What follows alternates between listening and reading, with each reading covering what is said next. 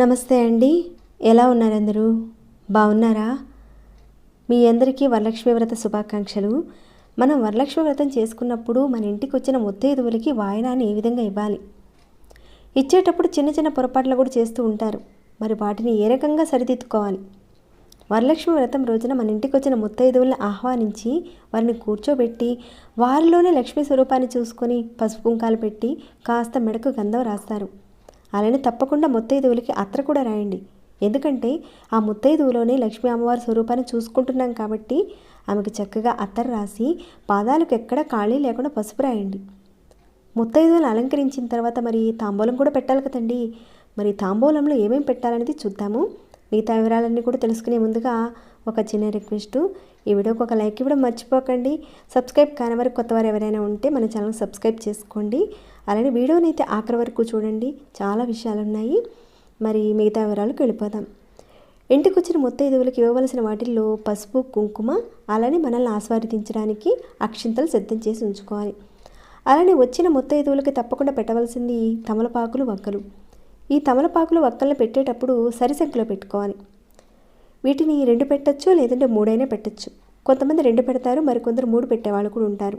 కానీ నేను వాయనాన్ని ఏ రకంగా ఇస్తాననేది నేను మీకు చూపిస్తానండి. మరి వరలక్ష్మి వ్రతం రోజున మీరు ఏ విధంగా ఇస్తారనేది కూడా కింద కామెంట్ రూపంలో చెప్పండి.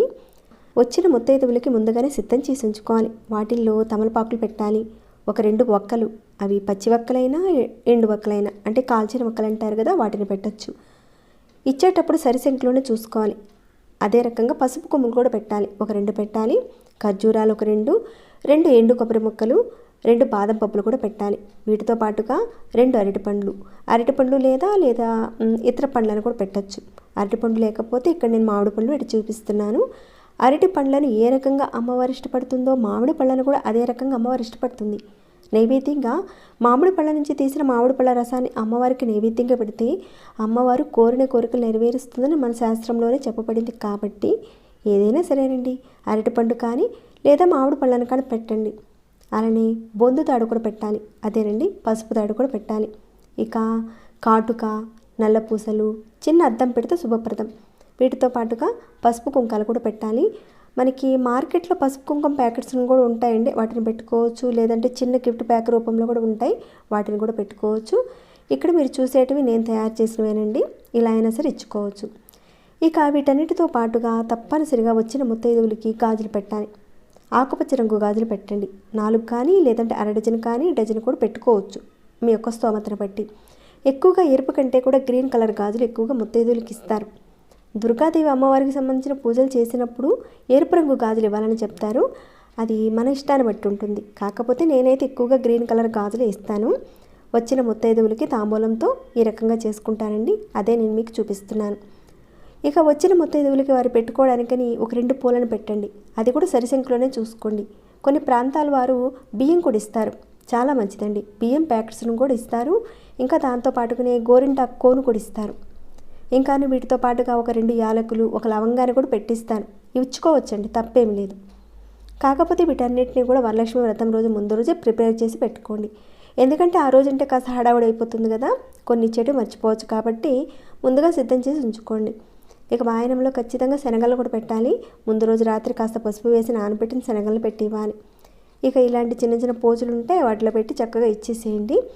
మనకి కన్వీనియంట్గా ఉంటుంది, వాళ్ళకి ఎలాంటి ఇబ్బంది ఉండదు. ఇక వీటితో పాటుగా జాకెట్ పీస్ని కూడా మీరు ఇస్తే శుభప్రదము. ఆ జాకెట్ ముక్కలో నలుపు రంగు అనేది లేకుండా చూసుకోండి. కొంతమంది 2 జాకెట్ పీసులు కూడా పెడతారండి. ఇంకా చీర జాకెట్ కూడా పెట్టి పంపిస్తారు. అది మన స్తోమతను బట్టి, ఇష్టాన్ని బట్టి ఉంటుంది. ఇక కుదిరితే కనుక కొబ్బరికాయను కూడా ఇచ్చి పంపిస్తారు. వీటన్నిటితో పాటు తప్పనిసరిగా పెట్టవలసింది 1 రూపాయి కాయిన్ కానీ 2 రూపీ కాయిన్ కానీ ఎంతో కొంత దక్షిణ వారికి ఇవ్వాలండి, వాళ్ళ చేతిలో పెట్టాలి. ఈరోజు మనం పూజలోకి తోరాలు కూడా తయారు చేసుకుంటాం కదా, ఒకటి అమ్మవారికి, 2వది మనకి. వచ్చిన ముత్తైదువులకి వాళ్ళకి ముగ్గురికి ఇవ్వాలన్నమాట. తోరమని వారిని కట్టుకోమని చెప్పాలి. ఈ విధంగా అంతా ప్రిపేర్ చేస్తాం కదండి.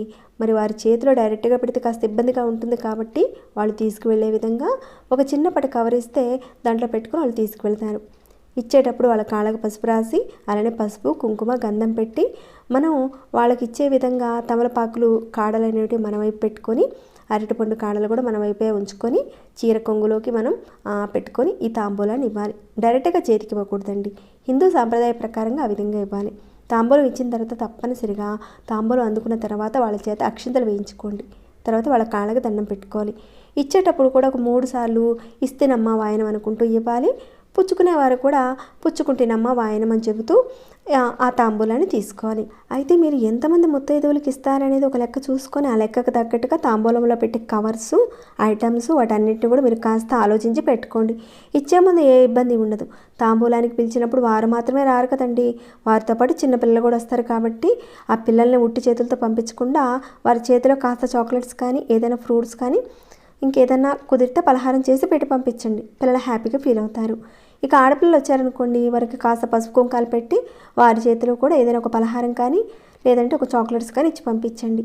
వచ్చిన ముత్తైదువులకు కూడా కాస్త పలహారం అంటే పాయసం కానీ పరమన్నం కానీ ఏదో ఒక తీపి పదార్థాన్ని పెట్టండి. వాళ్ళకి ఏదీ లేదనే వారు ముత్తైదువులకి ఒక ఖర్జూరాన్ని ఇచ్చి వారి నోట్లో వేసుకోమని చెప్పండి.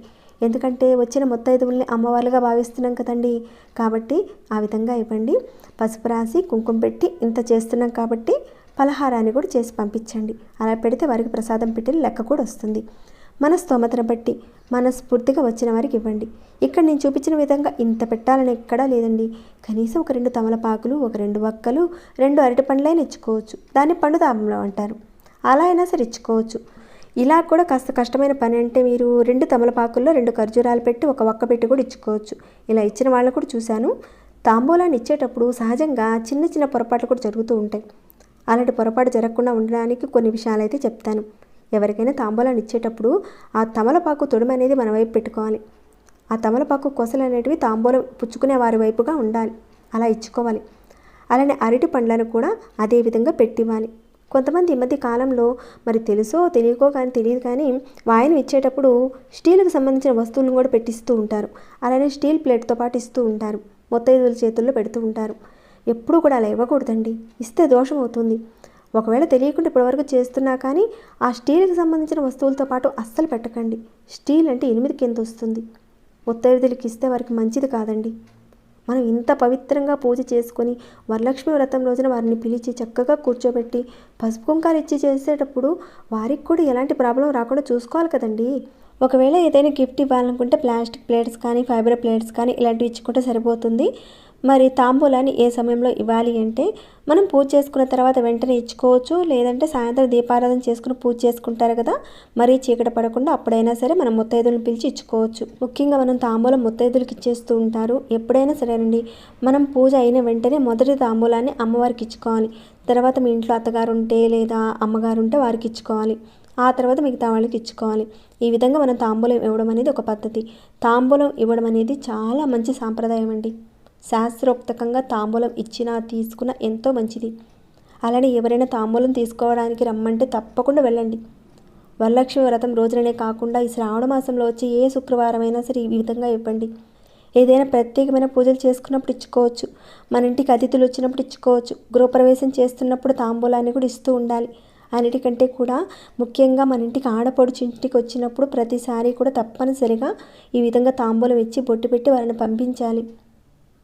మరి చూశారు కదండి, వరలక్ష్మి వ్రతం రోజున ఏ విధంగా తాంబూలాలు ఇవ్వాలన్నది. మీరందరూ కూడా చక్కగా వరలక్ష్మి వ్రతం చేసుకొని ముత్తైదువులను పిలిచి వారందరి దగ్గర ఆశీర్వాదం తీసుకోవాలని మనస్ఫూర్తిగా కోరుకుంటున్నాను. ఈ వీడియో ద్వారా నాకు తెలిసిన విషయాలన్నీ కూడా మీతో షేర్ చేసుకున్నాను. తప్పకుండా ఇవి మీకు ఉపయోగకరంగా ఉంటాయని నేను భావిస్తున్నాను. నచ్చితే కనుక ఒక లైక్ ఇవ్వండి. సబ్స్క్రైబ్ కానివారు సబ్స్క్రైబ్ చేసుకోండి. ఇక ఈ వీడియోని అయితే ఇంతటితో ముగిస్తున్నాను. మరొక భక్తి వీడియోలో మళ్ళీ మిమ్మల్ని కలుసుకుంటాను. ధన్యవాదములు.